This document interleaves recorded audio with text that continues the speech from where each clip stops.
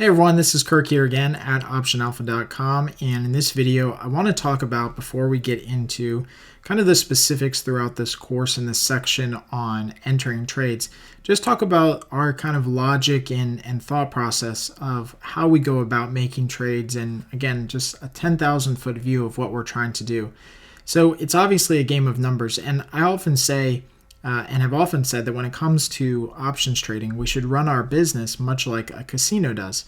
And we all know that casinos make money. I mean, they make money hand over fist, but it's sometimes hard to step back and find out exactly where their edge is. I mean, we know that, casinos make money and they have an edge and they want us to play, right? But let's quantify that. What does that look like? And what are the mechanics and logistics behind that? Because there's much more to it than just the percentage that they're going to win or lose on a given trade or table game.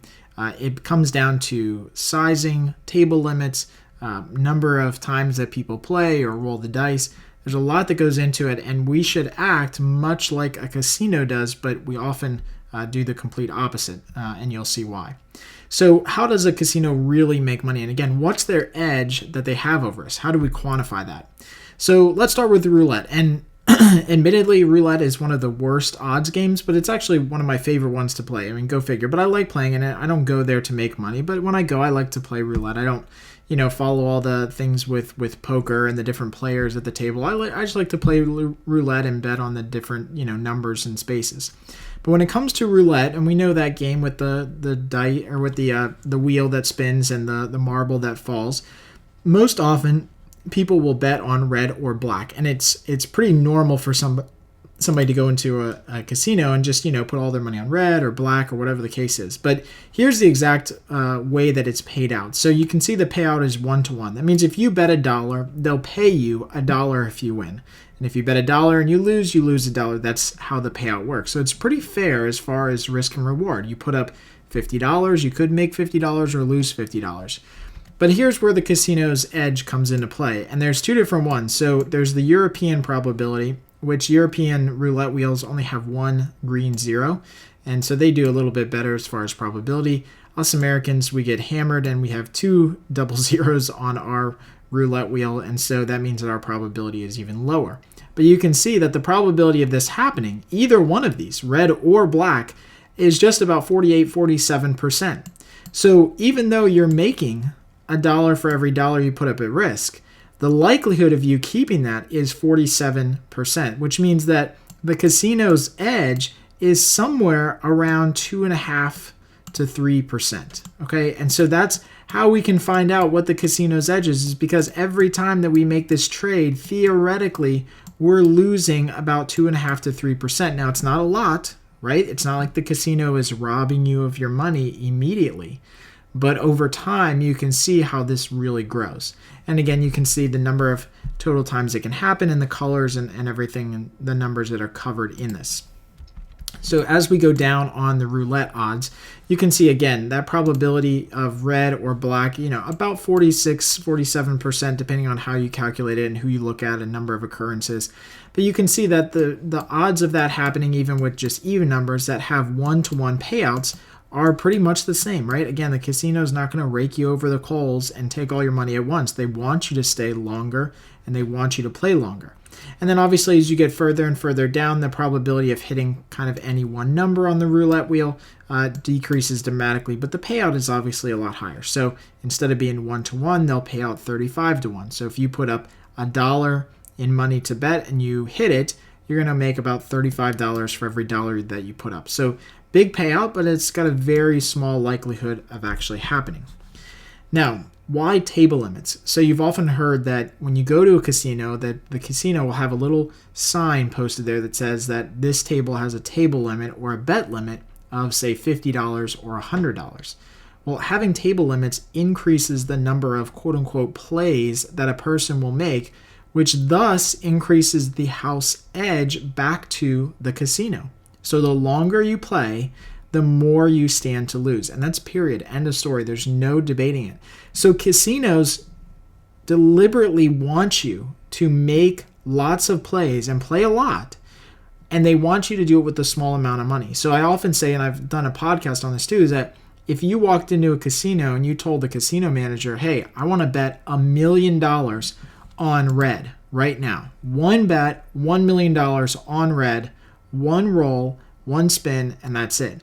And they would absolutely hands down say no way, right? Most 99% of casinos would say absolutely no way, because their one-time probability of losing on that bet is about 47% that they're going to lose to you. So it's too big of a bet in one full swoop. What they would want to see is they want to see you spread that $1 million over thousands of different bets. So they limit the number of, or the amount of money that you can bet on any one roll or any one play, because they know that the more you spin, the more you roll, the more behind that you become.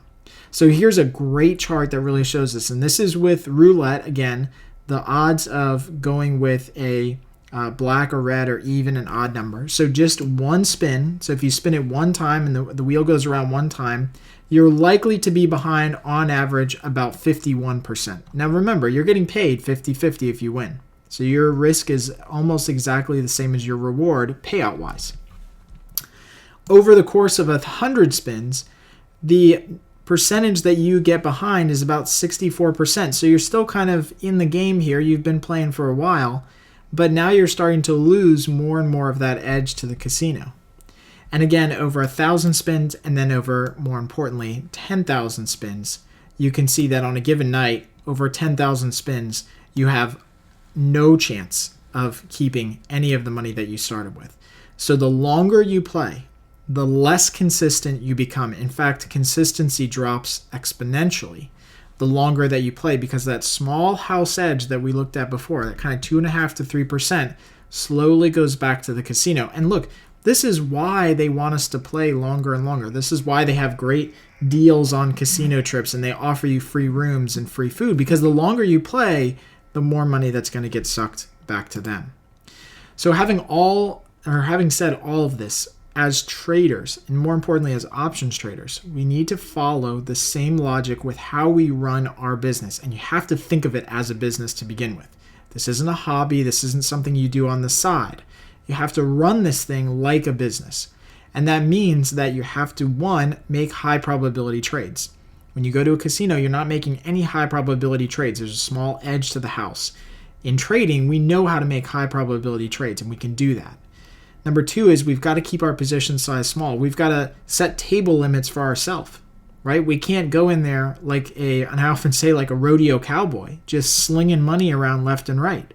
You got to go in there and you got to make small bets based on your position size. We've got a great guide inside Option Alpha in the guides and checklist section that helps you determine your position size based on a bunch of different account sizes. And number three, we have to understand that consistency is what leads to profits. So being able to make high probability trades with small positions over a long stretch of time, right? And going back to the casino example, they didn't really have a 100% chance of success in winning until they had 10,000 spins. Now, that doesn't mean that we've got to make 10,000 trades, but that does mean that one or even 100 trades over the course of a year may not get us to that consistency level that we want.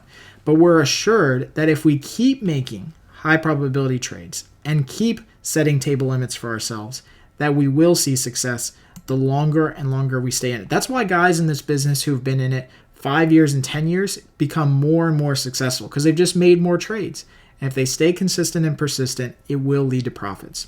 So hopefully this has been a really good tutorial just to kind of, again, get you started before we get into a lot of the logistics of entering trades and how to kind of manage some of those entry points and looking for trades. It's important to take a step back and understand kind of the 10,000 foot view of what we're trying to do here. So as always, if you guys enjoy this video, please share it online, on Twitter, on Facebook, add a comment right below this video in the lesson page. If you have any questions, I'll make sure I get back to all of those, and happy trading.